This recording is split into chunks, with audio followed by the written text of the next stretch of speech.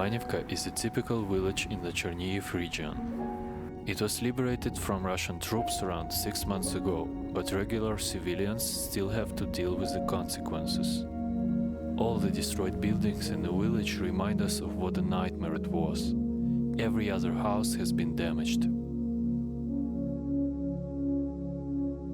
Lyudmila has lived here for over 40 years, but during the occupation her house was burned to the ground along with all her belongings. Ми настільки були якби в душі розрушені тим, що ми залишилися як бомжами. За секунду ми повністю втратили все. Все, що ми жили, з чим ми проживали, що у нас були мечти, які у нас, все вони уничтожили.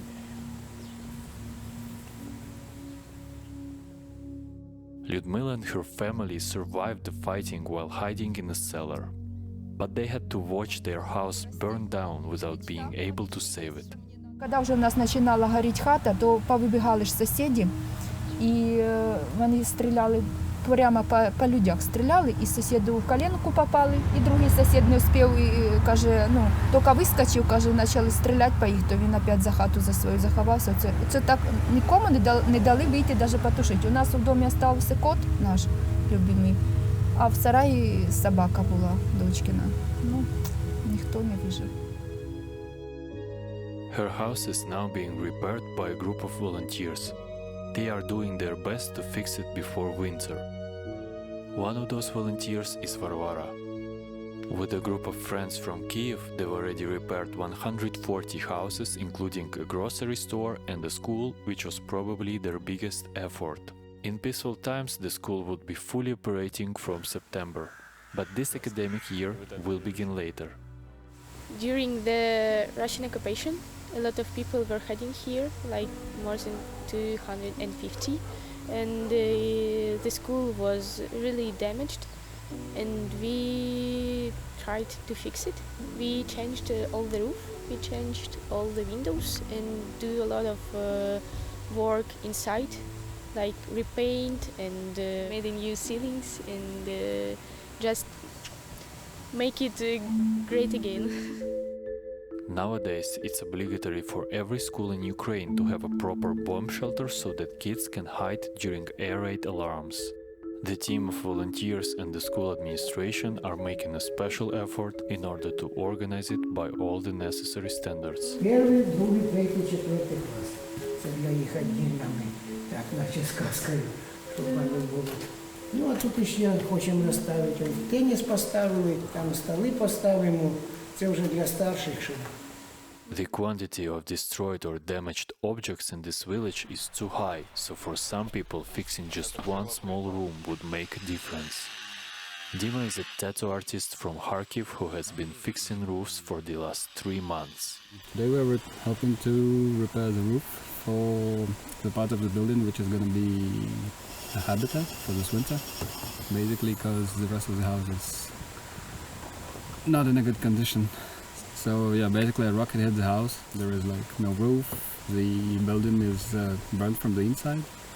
Like they won't be able to live from the winter if they have like nowhere to live. Svetlana has been living here in Kalychivka for 50 years. Her house was also completely burned down during the occupation. On its ruins, the volunteers are building her a temporary home in time for winter.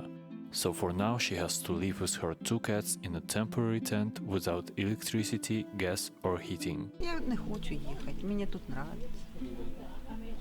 Воно, знаєте, своє. Оце поки вони не сказали, що це ж будуть робити домик. Однозначно ж треба було кудись їхати. Так душа розривалась на мілкі кусочки. А вони приїхали і сказали, що зроблять. От спасибо їм, хай би зробили. But the war is still not over.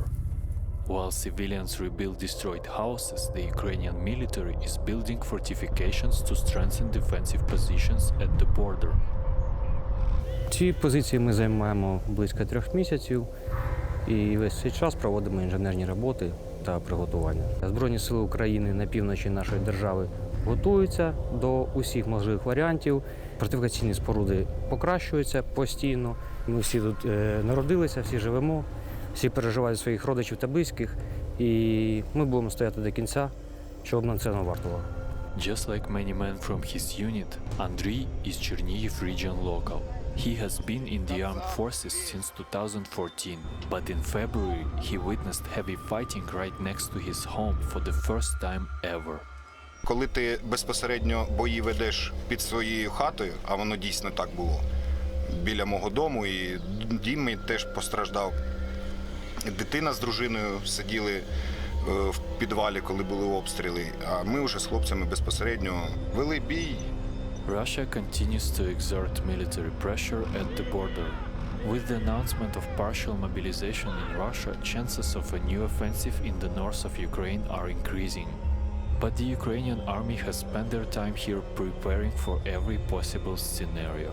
Я вважаю, що на даний момент у них уже змоги так глибоко зайти однозначно не буде. Все знаходиться набагато на вищому рівні. Тобто підготовлені рубежі, є безпосередньо позиції, на яких зустрічати.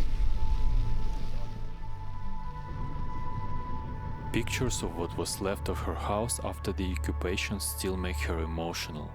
But despite losing everything, Svetlana believes that the Ukrainian army will eventually help her return to normal life. У нас люди хороші, поможуть.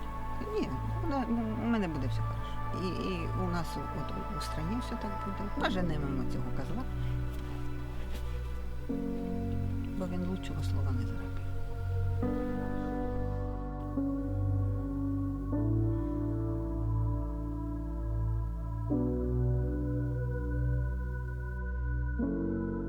Микита Ільченко, United 24 Media.